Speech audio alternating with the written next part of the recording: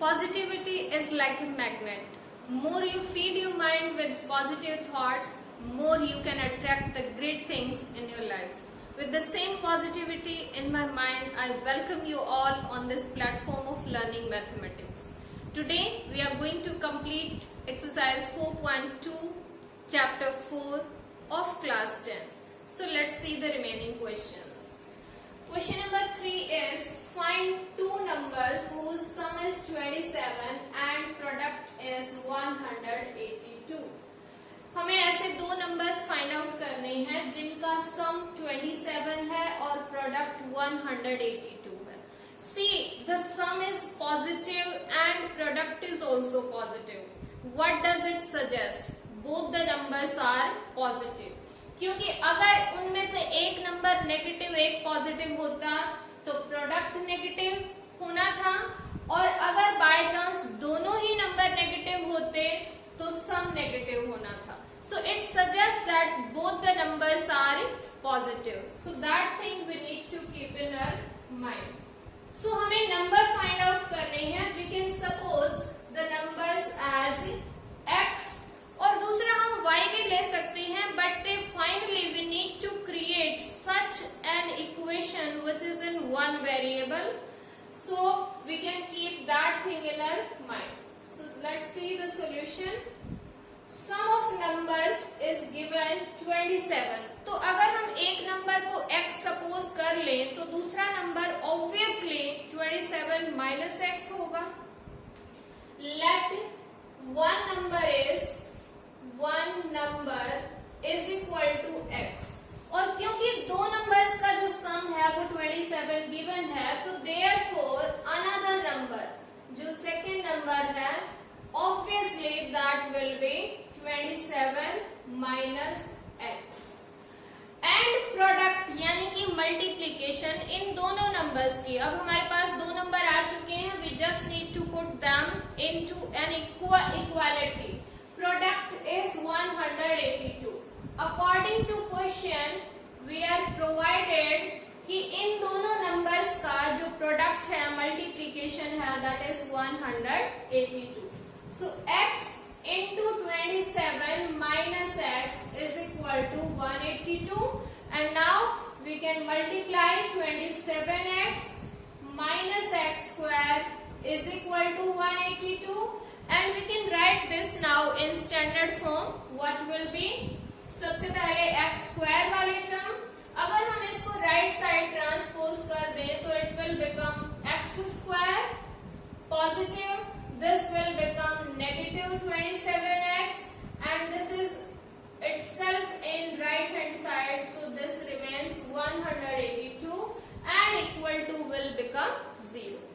तो ये हमारे पास स्टैंडर्ड फॉर्म आ चुकी है क्वाड्रेटिक इक्वेशन की. Since this exercise is all about factorization, तो अब हमें इस एक्सरसाइज इस क्वेश्चन में जो ये इक्वेशन है इसके फैक्टर्स करने. And I think you remember how to factorize it. हमें 182 और x square का कोफिशिएंट that is 1 इन दोनों के करनी है multiply. So that will be obviously 182. अब 182 के हमें ऐसे फैक्टर्स चाहिए जिनको ऐड करें तो -27 आए. -27 आना चाहिए. देखिए अब यहाँ से ध्यान से सोचिए. हमें दो ऐसे नंबर चाहिए जिनको मल्टीप्लाई करें तो प्लस आना चाहिए, ऐड करें तो माइनस आना चाहिए. तो obviously these two numbers will be negative, क्योंकि ये कंडीशन तभी दोनों पूरी होंगी जब दोनों नंबर नेगेटिव होंगे. दोनों नंबर नेगेटिव होंगे तो मल्टीप्लाई प्लस हो जाएगी और ऐड करेंगे तो दैट विल रिमेन नेगेटिव. अब कैसे ढूंढेंगे? 182 into 1 182 होता है, लेकिन इन दोनों को ऐड करने से 183 आता है, जबकि हमें चाहिए -27. ओके, ये नंबर 2 से भी डिवाइड होता है, तो 2 से डिवाइड करेंगे तो ये आ जाएगा 91 into 2. So that is also given us product as 182, but still 91 plus 2 is 93. ये भी हमारे पास से सेटिस्फाई नहीं करता दूसरी कंडीशन को, यानी सम 27 होना चाहिए.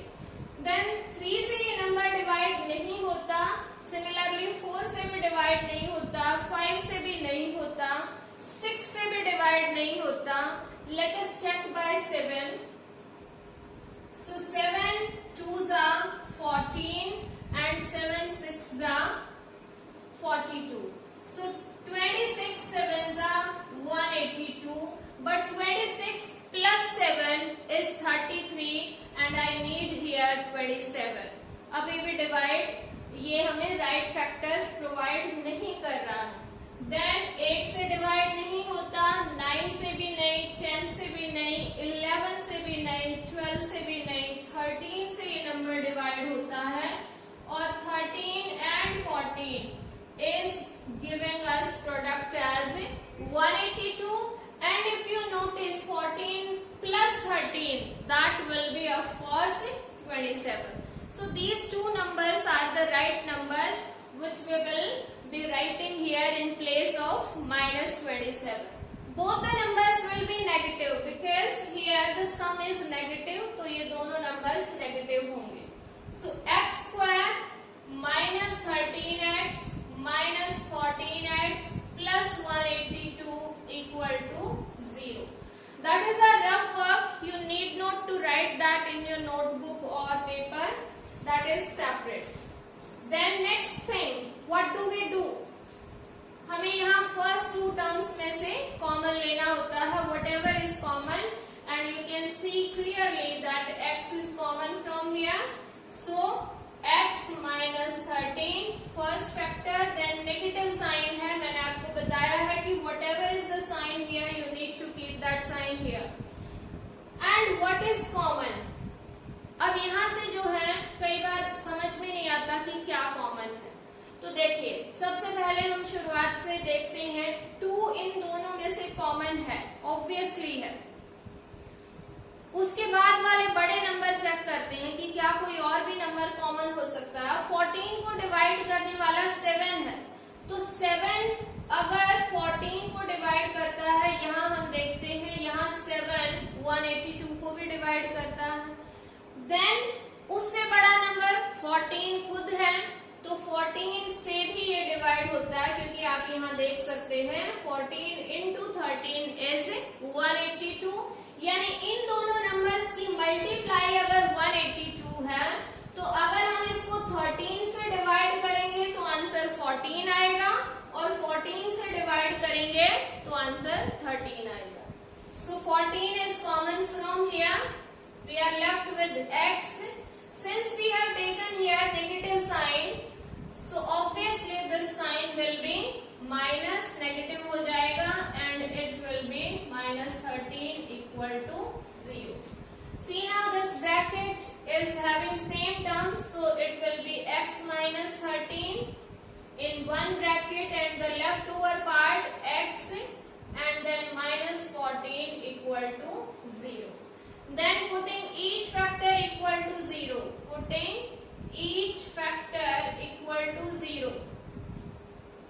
What we are getting? We are getting x minus 13 equal to 0. तो x की वैल्यू आ जाती है equal to 13 positive, and if x minus 14 equal to 0, then we get x is equal to 14. अब देखिए मैक्सिमम बच्चे यहाँ तक क्वेश्चन का आंसर छोड़ देते हैं, आगे करने की कोशिश ही नहीं करते, वो समझते हैं कि यहाँ क्वेश्चन ओवर हो गया। अगर हम इस क्वेश्चन को पढ़ें तो यहाँ कहीं नहीं लिखा कि x की वैल्यू फाइंड आउट कीजिए, ये x रादर हमने खुद सपोज किया था, लेट यानी हमने खुद जो है इसको माना हुआ है। सो हमें नंबर फाइंड आउट करने थे, हमें फाइंड करने थे 2 नंबर्स, उनमें से हमने एक नंबर को x माना हुआ है और उस x की वैल्यू आ चुकी है, तो इसका मतलब कि एक नंबर जो है therefore one number is 13, और अगर one number 13 है तो दूसरा नंबर आ जाएगा 27 minus 13 यानी कि 14, और अगर x की वैल्यू हम 14, एक नंबर को 14 ले तो दूसरा नंबर आ जाता है 13, यानी कि 13 and 14 is the right pair for this question. वो 2 नंबर जो हैं उनमें से एक नंबर 13 है और दूसरा नंबर 14 है। अगर हम पहले को 13 मानते हैं तो दूसरा 14 हो जाता है, पहले को 14 मानते हैं तो दूसरा 13 हो जाता है। तो therefore one number is equal to 13 and another number is 14. So I hope you got this question. How to solve this question? Quickly जल्दी से देखते हैं. एक नंबर हमने मान लिया x, क्योंकि दोनों नंबर्स का सम 27 था, तो दूसरा ऑफ कोर्स हो जाएगा 27 माइनस x. और फिर हमें खुद ही क्वेश्चन में प्रोवाइडेड है कि इनकी प्रोडक्ट 182 है. हमने इन दोनों की प्रोडक्ट की एंड इक्वल टू रख दिया 182. After that we multiplied, put the equation in standard form, split the middle terms, common लिया, इसके बाद हर फैक्टर को इक्वल टू 0 पुट किया and we got the two values of x as 13 and 14. So this is how to solve this question. Next is find two consecutive positive integers. See the word consecutive positive integers. एक एक word important है यहाँ पर. Consecutive लगातार, दो number लगातार होंगे. Then positive word भी है यहाँ पर कि पॉजिटिव होने चाहिए दोनों numbers. Sum of whose squares is 365. दूसरी कंडीशन गिवन है कि उन दोनों का जो सम है, लेकिन उन दोनों का नहीं, उनके स्क्वायर्स का सम is 365. So that is the question.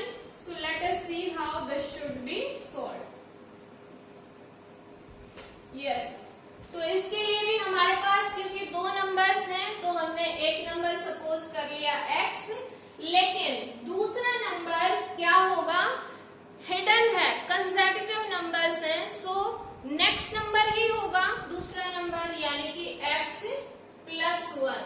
ये हमारा नेक्स्ट नंबर हो जाएगा. लगातार है ये दो नंबर, एक दूसरे के आगे पीछे हैं, जैसे 19, 20 लगातार दो नंबर. तो एक नंबर अगर x है तो दूसरा नंबर है x प्लस 1. अब हमें दूसरी बात क्या गिवन है, सम. सम यानी एडिशन. किसका, स्क्वायर्स का. वो जो दो नंबर हैं उनके स्क्वायर का सम इज 365. तो पहला नंबर ये रहा, इसका स्क्वायर किया. दूसरा नंबर ये रहा, इसका स्क्वायर किया, x प्लस 1 स्क्वायर, और फिर इन दोनों का सम यानी कि addition, and that is provided as 365. So this is equation. अब इसको हमें सिंप्लीफाई करना. सो x स्क्वायर तो कुछ और हो नहीं सकता. यहाँ देखिए x प्लस 1 होल स्क्वायर. तो इन जनरल बच्चे यहाँ मिस्टेक करते हैं, they just right x square plus 1 square. But whenever you are getting a binomial और उसका होल स्क्वायर है, you should use identity here a plus b whole square. So according to that identity, it will be x square plus 1 square will be 1 only and plus 2ab, और वो term आ जाएगी 2x. Then take this 365 to the left, it will be minus 365 and equal to 0. अब x square plus x square like terms हैं तो add हो सकती हैं. So this will be 2x square, then plus 2x, and then plus 1 minus 365. So it will be minus 364 equal to 0. So this is what we are getting. इस type से equation आने के बाद उसको आप सिंप्लीफाइड वे में लिख सकते हैं. सिंप्लीफाइड वे का मीनिंग क्या है कि उसको स्मॉलेस्ट फॉर्म, यानी कि अगर कुछ कॉमन है तीनों टर्म्स में से तो आप उसको कॉमन ले लीजिए, यानी पूरी इक्वेशन को उस टर्म से डिवाइड कर देना. तो यहाँ हम देख सकते हैं 2, 2 और ये नंबर भी 2 से डिवाइड होता है, यानी कि ये तीनों नंबर्स में से 2 कॉमन ले सकते हैं, या तो हम इस बात को ऐसे भी कह सकते हैं या सभी को 2 से डिवाइड कर सकते हैं. यहाँ पर 0 by 2 will become 0 only. So dividing by 2 we will get x square plus x minus 182 equal to 0. So this is the quadratic equation in standard form, and now we need to split the middle term to get its factors. अब उसके लिए क्या है procedure, X square का coefficient which is not written here, that means that is 1, then minus 182, इन दोनों की product क्या हो जाएगी, इट विल बी माइनस 182, और उसको फिर यहाँ x का कोफिशिएंट है 1, यानी हमें ऐसे दो फैक्टर चाहिए 182 के जिनको मल्टीप्लाई करें तो ऑफ कोर्स नेगेटिव 182 आना चाहिए, और ऐड करें तो 1 आना चाहिए, ऐड करें तो प्लस आना चाहिए, मल्टीप्लाई करें तो माइनस आना चाहिए।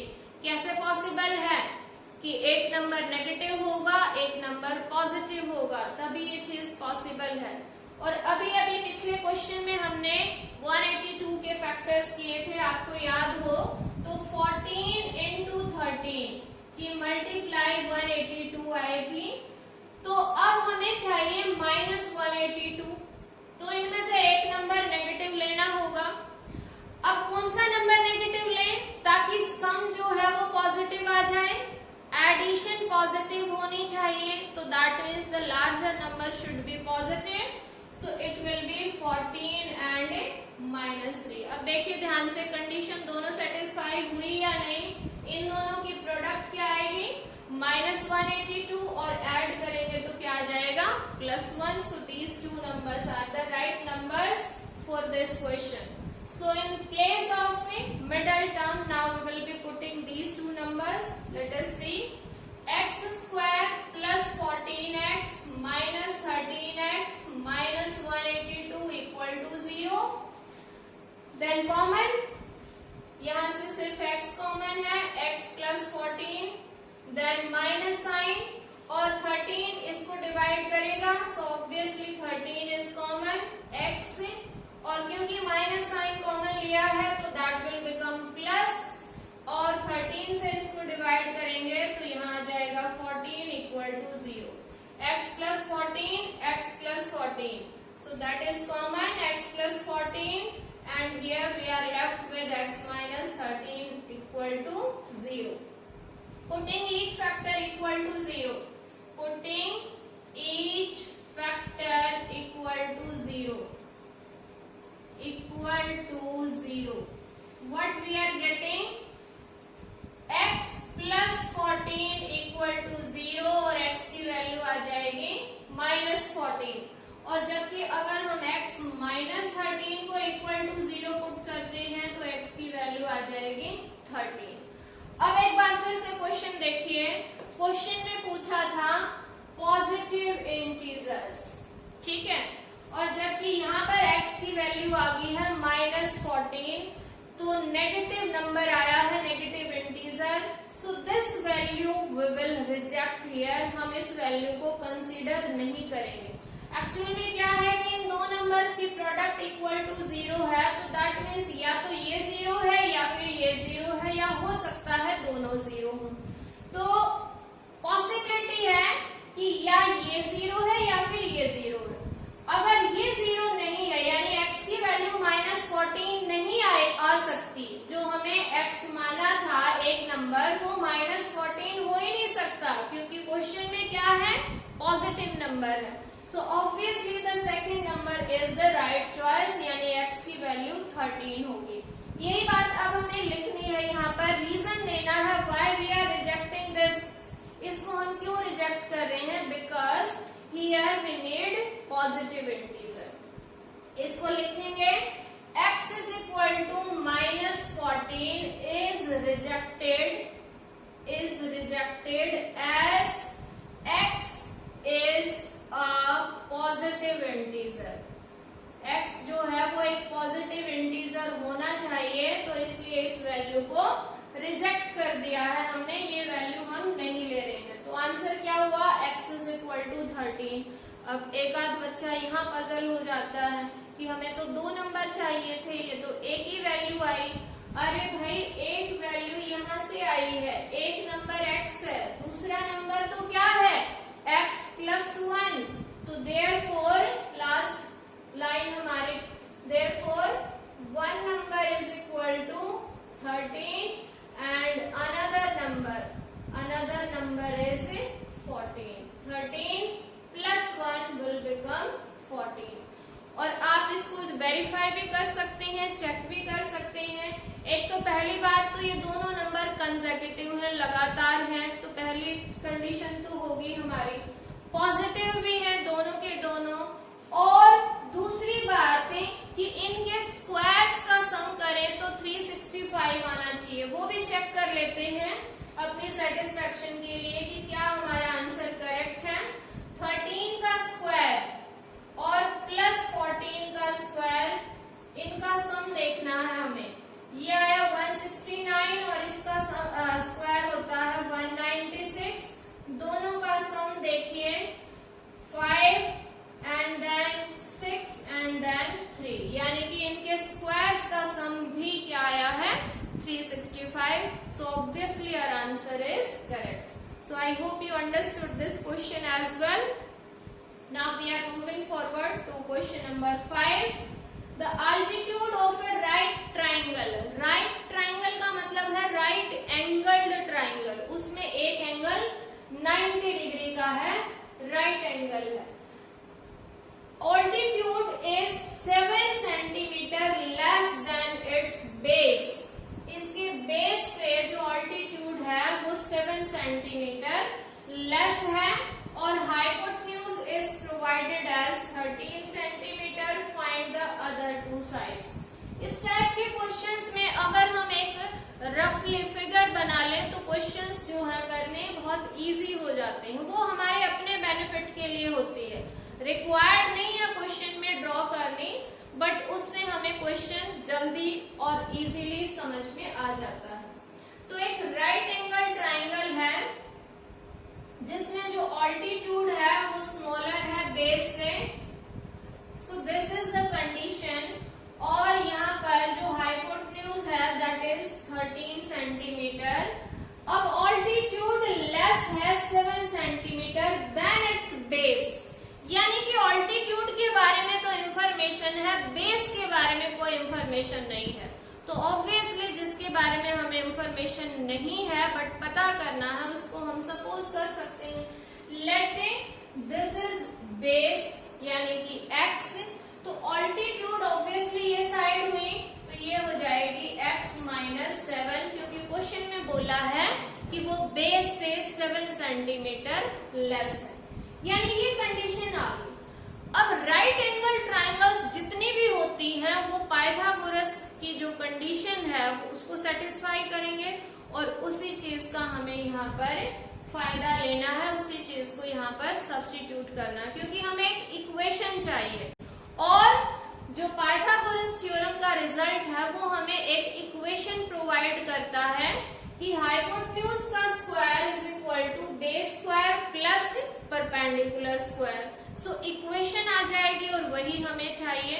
So Pythagoras theorem will help us here to do this question. So let the base is base of right triangle. Right triangle is equal to x centimetre, क्योंकि जो हमारे पास हाइपोटेन्यूज है वो सेंटीमीटर में प्रोवाइडेड है, तो बेस और altitude वो भी हम सेंटीमीटर में सपोज करेंगे. तो देयरफॉर ऑल्टीट्यूड बोल दें या हाइट बोल दें या परपेंडिकुलर बोल दें, वो तीनों लगभग एक ही बात है. तो altitude of this triangle will become x - 7 centimetre. Of course, the hypotenuse is given in the question itself. Hypotenuse is provided in the question as 13 centimeter. ये आपको given है.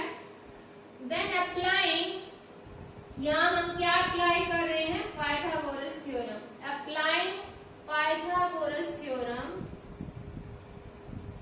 we get, हमें एक रिजल्ट मिलेगा पाइथागोरस थ्योरम से. क्या result होता है कि hypotenuse square is equal to perpendicular square plus base square. और जैसा भी मैंने बताया परपेंडिकुलर, ऑल्टीट्यूड या हाइट ये तीनों एक ही बात है. सो हाइपोटेन्यूज यहाँ पर क्या है, इस ट्राइंगल में साफ साफ दिखाई दे रहा है. 90 के सामने वाली जो साइड होती है वो हाइपोटेन्यूज होती है. So 13 centimetre is our hypotenuse. 13 square is equal to perpendicular यानी altitude that is x minus 7 whole square and plus base यानी कि x स्क्वायर। अब इसको हमें सिंप्लीफाई करना है, इक्वेशन बन चुकी है हमारी, अब इसको हमें सिंप्लीफाई करना। 13 square 13 into 13 169, then a minus b whole square identity हम यहाँ यूज करेंगे, so that will be x square plus 49 minus 14x and then plus x square. x square plus x square will give us 2x square, then minus 14x, और ये 169 जो left hand side है that we are taking to the right hand side, so it will become negative, minus 169 हो जाएगा और plus 49 already है यहाँ पर, so that will give us as answer as minus 120 and equal to 0। Again you can see here that 2 is common from all the three terms, so we can have that common and take to that right side and that will become 0. X square minus 7x minus 60 equal to 0. So this is our quadratic equation जिसके अब हमें split करके factor करने हैं, middle term को split करेंगे factor करने के लिए। सो एक्स स्क्वायर का coefficient which is 1 here, constant term minus 60 है, तो इन दोनों की मल्टीप्लाई आ जाएगी माइनस 60, और हमें ऐसे दो नंबर चाहिए कि उनको ऐड करने से क्या आ जाए माइनस 7। 60 के हम फैक्टर्स ढूंढेंगे, 60 1 जा 60 होता है, बट 7 चाहिए हमें, देन 2 से 3 से 4 से कई सारे ऐसे नंबर करने के बाद हमारे पास राइट नंबर आ जाएंगे 5 एंड 12। 5 एंड 12 12 5 से 60 होता है, लेकिन हमें चाहिए माइनस 60। अब इन दोनों में से एक नंबर नेगेटिव होगा, वो कैसे पता चलेगा कौन सा होगा? सी द सेकेंड कंडीशन, हमें सम यानी एडिशन इन दोनों नंबर्स का माइनस 7 चाहिए, तो माइनस कब आएगा? जब लार्जर नंबर हमारे पास नेगेटिव होगा, so this number will be negative. अब दोनों कंडीशन सेटिस्फाई हो रखी है, यू कैन चेक 5 और माइनस 12 की मल्टीप्लाई माइनस 60 और minus 12 plus 5 will give us answer as minus 7। So in place of here minus 7, we will put those two numbers x square minus 12x plus 5x and minus 60 equal to 0. X is common from here, x minus 12, then plus 5 is common from here, x minus 12 equal to 0. X minus 12 into x plus 5 equal to 0. Putting each factor equal to 0, putting each factor equal to 0, what we are getting? X minus 12 equal to 0 और x is equal to 12, या फिर x plus 5 equal to 0 और x की value आ जाएगी minus 5। अब x हमने क्या suppose किया था? x था base of the right angle triangle. सोचिए क्या ये नेगेटिव हो सकता है? क्या माइनस 5 सेंटीमीटर किसी ट्राइंगल की साइड हो सकती है? Not possible. इवन 0 भी नहीं हो सकती, क्योंकि 0 भी अगर इस साइड को ले लेंगे तो भी ये ट्राइंगल पॉसिबल है ही नहीं। So this side is rejected, ये नंबर हम रिजेक्ट कर देंगे और साथ में रीजन भी देंगे why, because side of a triangle can't be negative, तो वो हम रीजन देंगे।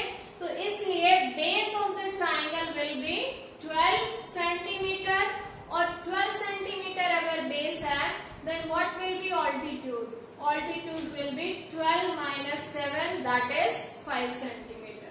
So final answer लिखना हमारा बाकी है, so let us write x is equal to minus 5, यहाँ लिखेंगे x is equal to minus 5 is rejected। जो आप रिजेक्ट कर रहे हो उसका भी आपको रीजन देना चाहिए why you are rejecting that answer, जबकि दोनों आंसर आए हैं। x is equal to minus 5 is rejected as side of a triangle can't be negative. Triangle can't be negative. ये नेगेटिव नहीं हो सकती, इसलिए हमने इसको रिजेक्ट कर दिया है। तो therefore x is equal to 12। यहाँ तक भी आंसर नहीं आया है, हमसे साइड्स पूछी थी, हमने x की वैल्यू रखी है। अब x क्या सपोज किया था वो लिखिए। तो इसलिए 10 या therefore base of triangle is 12 centimeter and its altitude क्या हो जाएगा is 12। यहाँ रखिए x की वैल्यू 12 minus 7 यानी कि 5 centimeter। So these two are the remaining two sides of the triangle which we were asked to find out. तो I hope this question is clear to you।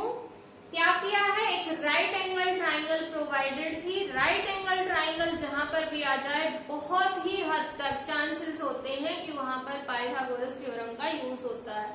सो हमने जो है Pythagoras theorem का use किया। 13 square यानी hypotenuse square is equal to base plus perpendicular square, वही use किया है। After that we got the equation और उसको हमने स्प्लिटिंग द मिडल टर्म से फैक्टर किए हैं। उसके बाद हर फैक्टर को इक्वल टू 0 पुट किया।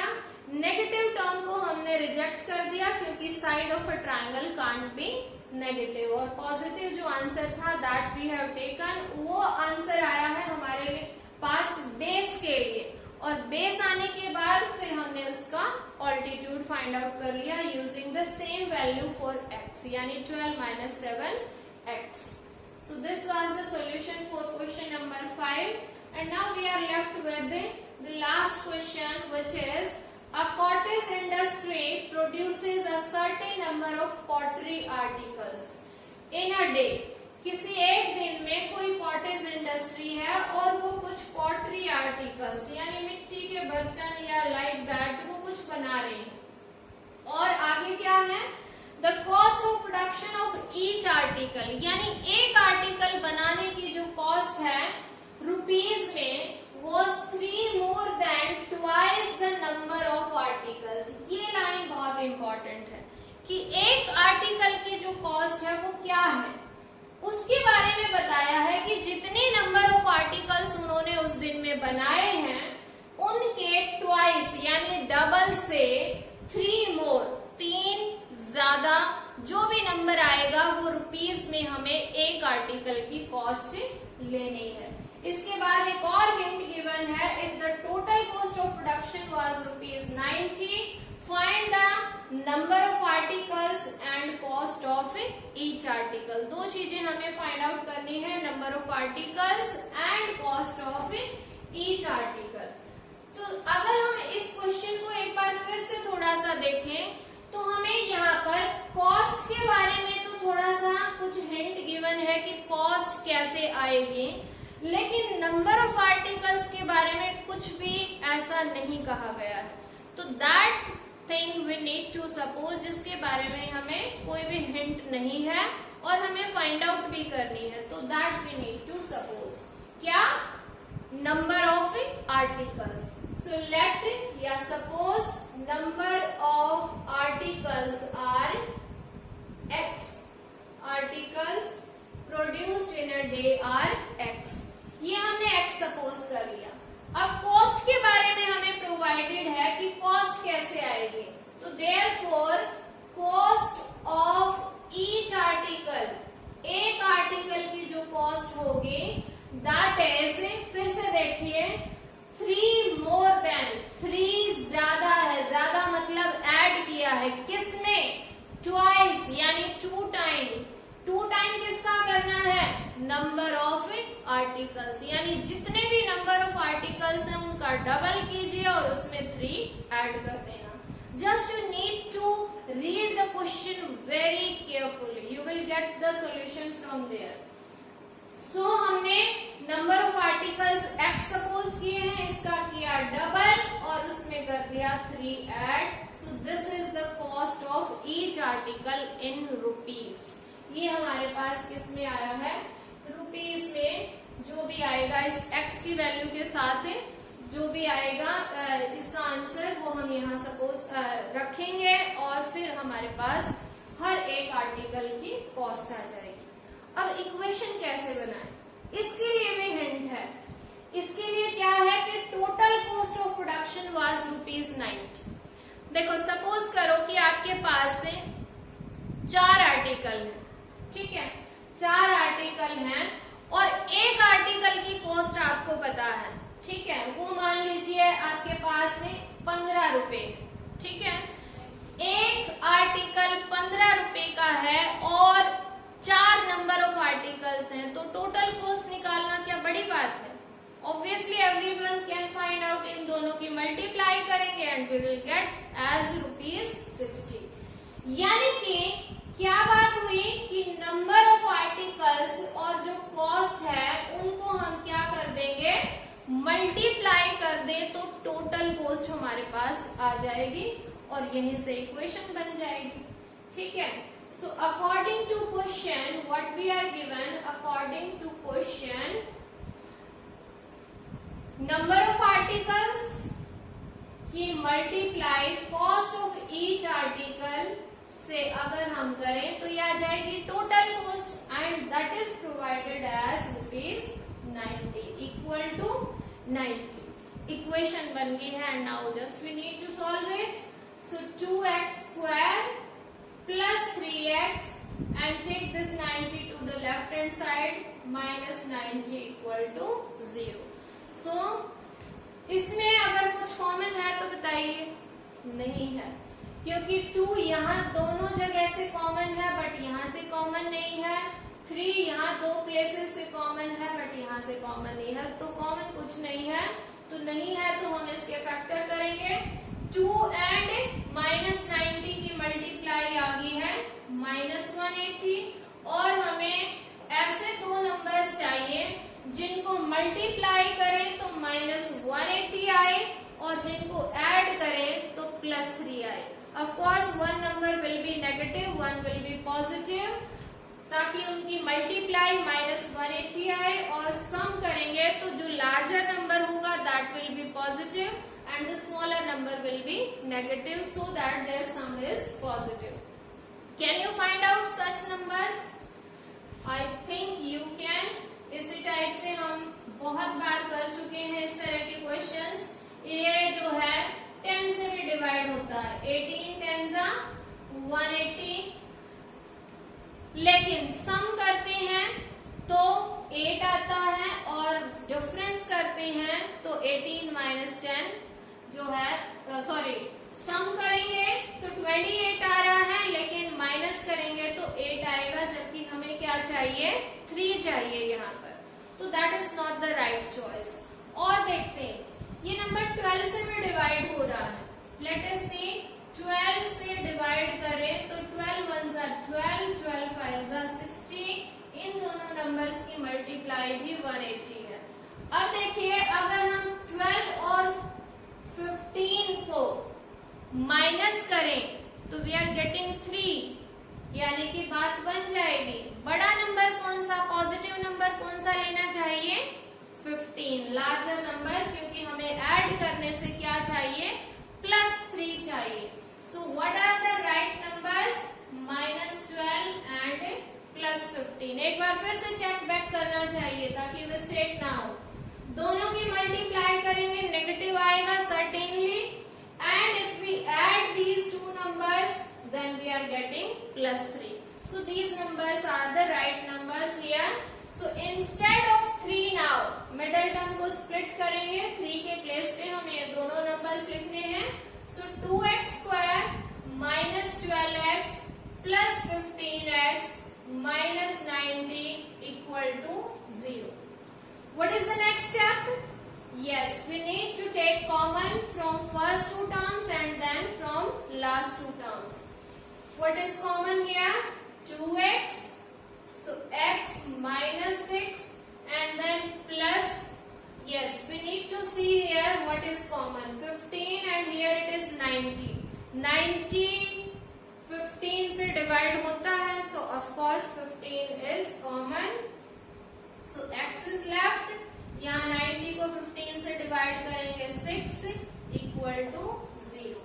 जब आपके पास इन ब्रैकेट्स में सेम टर्म्स हो तो आपको थोड़ी सी श्योरिटी होनी चाहिए, yes we are going on the right track, हम जो है सही डायरेक्शन में जा रहे हैं।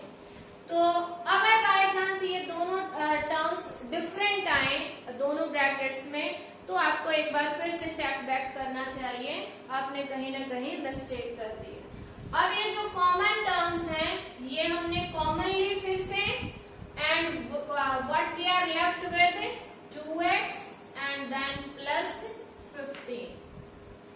यस, ये हमने फैक्टर कर दिए हैं। अब हमें x की वैल्यू चाहिए, x की वैल्यू के लिए क्या करना है, दोनों फैक्टर्स को इक्वल टू 0 पुट करेंगे। So putting each factor equal to 0, what we are getting, we are getting x minus 6 equal to 0 and x is equal to 6, and from here 2x plus 15 equal to 0, 2x is equal to minus 15 and x is equal to minus 15 by 2। जब आपके पास यहाँ तक answer आ जाए तो एक बार फिर अपने जो सपोजिशन वाली लाइन थी उस पे आपको जाना है कि ये जो दो वैल्यूज आई है क्या दोनों परमिसिबल है, क्या दोनों पॉसिबल है आंसर के लिए, या फिर कोई एक रिजेक्ट करनी है। See now, number of articles is equal to x, यानी कि जो पोट्री के जो आर्टिकल्स थे वो है x। अब x जो है यहाँ पर आया हुआ है -15/2, क्या ये पॉसिबल है? देखिए, ज्यादा से ज्यादा क्या हो सकता है कि किसी दिन उससे कॉटेज इंडस्ट्री में एक भी आर्टिकल ना बना हो, यानी कि वो 0 हो। क्या नेगेटिव आर्टिकल्स बन सकते हैं? So it's not possible. So this value of x is rejected as number of articles can't be negative. ये लाइन आप लिखोगे, as number of articles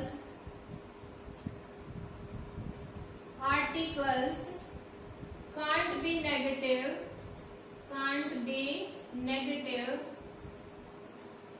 so x is equal to -15/2 is rejected। इसको हमने reject कर दिया, तो इसलिए हमारे पास x की वैल्यू क्या बच गई है, 6। तो इसलिए हमारे पास नंबर ऑफ आर्टिकल्स कितने हो जाएंगे, therefore number of articles are 6 and cost of each article, that is also asked in the question, cost of each article, ये भी हमें बताना है, कॉस्ट ऑफ ईच आर्टिकल। अब ये कैसे आएगी, एक बार फिर से यहां देखिए, 2 into x plus 3, यानी कि जो भी x की वैल्यू आई है वो यहां रख दीजिए। x की वैल्यू 6 आई है तो 2 6 12 plus 3 यानी कि 15 रुपीज। 2 multiply 6 plus 3 यानी कि ये आ जाएगी 15 rupees is the cost of each article. So this is how you need to do this question। और वेरिफिकेशन भी कर सकते हैं हम इस क्वेश्चन में। हमें ये बताया था कि total cost of production was 90, 15 6 90, so that is the total cost of production for this question। I hope you understood all of these questions। You need to practice a lot for this exercise, and we'll be uploading more videos for the next exercise. Till then, you need to stay connected and keep watching for keep learning. Bye bye.